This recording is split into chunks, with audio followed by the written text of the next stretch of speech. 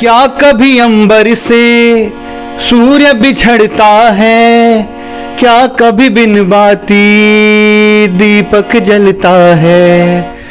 कैसी है ये अनहोनी हर आँख हुई नम। जो है पहले मैं कैलाश खेर साहब को बहुत सुनता था, तो उनके गाने जो है बहुत ज़्यादा प्रभावित करते थे। फिर जब धीरे धीरे मैंने सुनना शुरू किया शफाकत अमानत अली, राहत फ़तेह अली खान साहब, नुसरत फ़तेह अली खान साहब, तो इन लोगों के गानों में जो एक बारीकी है, जो हरकत है, जो मुर्कियाँ हैं, सैया तू जो छू ले प्यार से आराम से मर जाऊं। और बहुत जल्द मैं अपने शहरवासियों को, श्रोताओं को, मैं एक अपने खुद के गानों का कलेक्शन जो है वो मैं उपहार स्वरूप देने जा रहा हूं। मैं 6 साल का था, मैंने इसी शहर के नगर भवन से मैंने शुरुआत की थी। ये था इंडिपेंडेंस डे, स्वतंत्रता दिवस समारोह था, जिसमें मैंने सबसे पहली बार स्टेज पे गाना गाया था मैंने।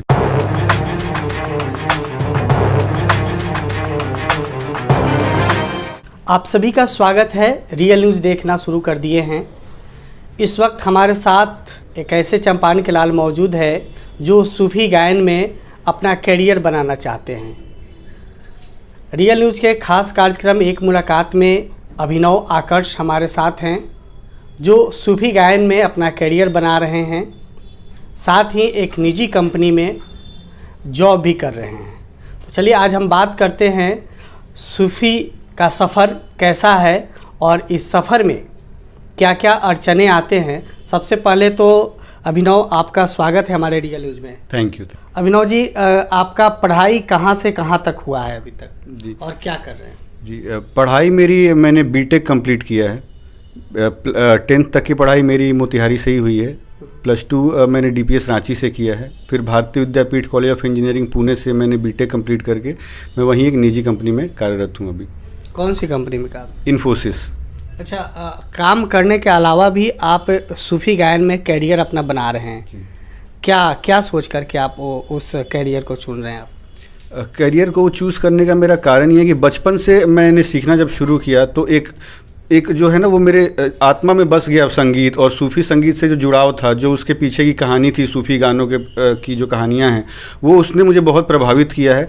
तो एक होता है जॉब्स आप करते हो आपकी ज़रूरतों को पूरा करने के लिए, एक होता है आपकी जॉब सेटिस्फैक्शन होती है। तो जो मैं कंपनी में काम कर रहा हूँ वो मेरी अभी ज़रूरत है ज़िंदगी के जीवन यापन के लिए, और ये जो संगीत है ये मेरा आत्मा में बसा हुआ है और ये मेरा सपना है जिसको मैं पूरा करना चाहता हूँ, और इसमें मुझे बहुत खुशी मिलेगी। एकाएक इस तरफ मुड़ना जी क्या दर्शाता है? दर्शाता है कि अब समय अभी सही आ रहा है। जो चीज़, जो मैं मुकाम हासिल करना चाहता हूँ उसके लिए समय जो है अभी फेवरेबल है, और रास्ते खुल रहे हैं, मेहनत का फल दिख रहा है, तो इसलिए एक झुकाव इस तरफ भी जो है बढ़ना ज़्यादा शुरू हो गया है। ऐसे कहा जा रहा है कि आपके फैमिली में कभी संगीत का कोई नज़दीकी नहीं था, लेकिन आपने इस परिवार में एक संगीत का नया मुकाम कहा जाए हासिल कर रहे हैं। तो क्या लगता है कि लोग को और आपके परिचित जो है जानने वाले हैं, क्या उनका क्या मानना होगा? देखिए, संगीत जो मेरे घर से जुड़ा हुआ बिल्कुल रहा है। हाँ, कोई सिंगर नहीं बना, लेकिन मेरी माँ बहुत ज़्यादा, उनका म्यूज़िक सेंस अच्छा है, उनको बहुत ज़्यादा समझ है गानों की।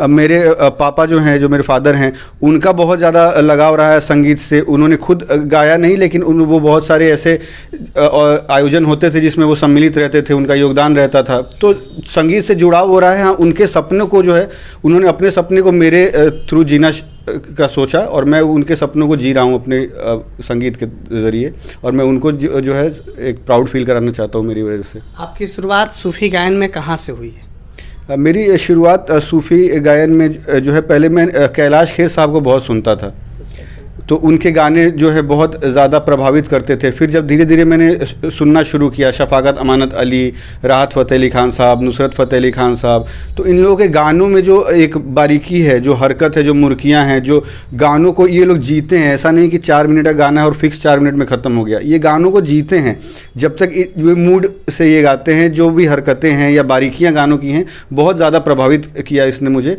और तभी से मेरा एक झुकाव सूफ़ी संगीत की तरफ बहुत ज़्यादा होने लगा। आपने अभी कहा है कि कैलाश खेर के जो गायन है, सूफ़ी गायन है, उसने आपको प्रभावित किया? कौन सा ऐसा संगीत है, सूफ़ी गायन है जिसको आपको प्रभावित किया है? जी, कैलाश खेर के गानों में से प्रमुख वैसे तो उनके सारे गाने अच्छे हैं। प्रमुख गाने जो उनके तेरी दीवानी, सैया, या फिर क्या कभी अंबर से सूर्य बिछड़ता है, ये सारे गाने इसने मुझे बहुत ज़्यादा प्रभावित किया। हमारे जो श्रोता देख रहे हैं, क्या उनकी कोई एक ऐसी है जो आप सुना सकते हैं? बिल्कुल, ज़रूर ज़रूर। जी, सुनाएं।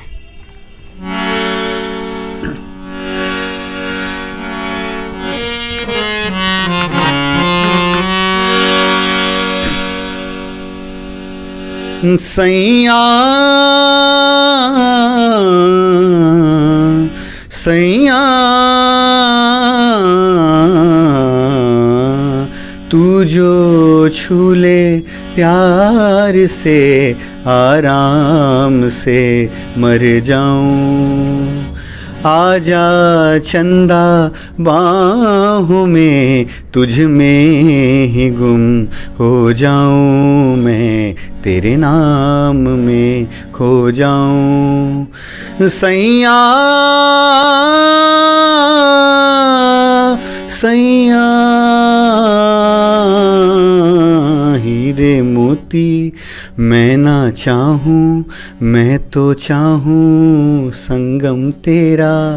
मैं ना जानूँ तू ही जाने, मैं तो तेरी तू है मेरा। एक और गाना है, कभी सूर्य बिछड़ता है, क्या वो आप सुना सकते हैं? ज़रूर, मैं कोशिश करूँगा।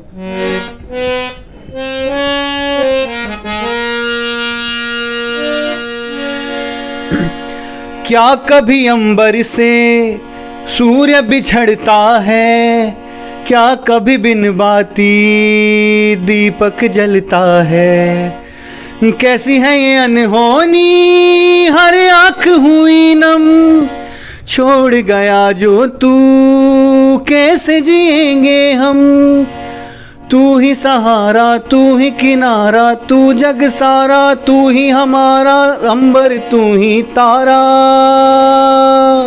जय जयकारा, जय जयकारा, स्वामी देना साथ हमारा।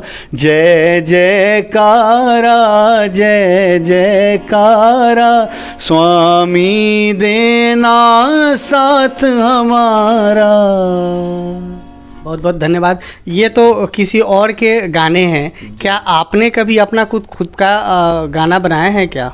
बिल्कुल बनाया है, और ये कार्य बिल्कुल प्रगति पे है, और बहुत जल्द मैं अपने शहरवासियों को, श्रोताओं को, मैं एक अपने खुद के गानों का कलेक्शन जो है वो मैं उपहार स्वरूप देने जा रहा हूँ। आपको इसकी जानकारी भी बहुत जल्द आपको मिलेगी, और आप लोग उम्मीद आप लोग से यही है, आप लोग पसंद क्या करें। हमारे चैनल के माध्यम से उस गाने का एक लय आप दे सकते हैं?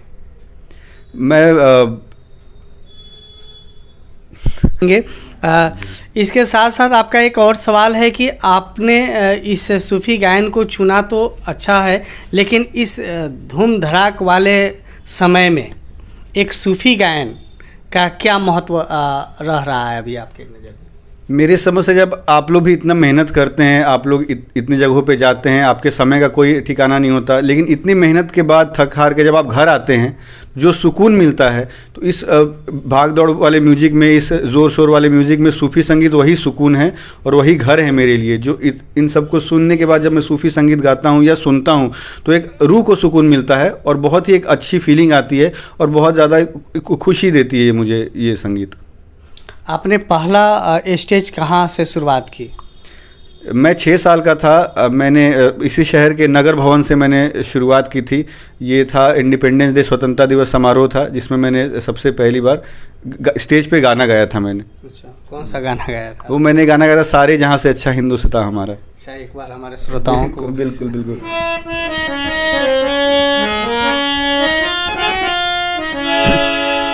सारे जहाँ से अच्छा हिंदुस्तान हमारा, हमारा सारे जहाँ से अच्छा।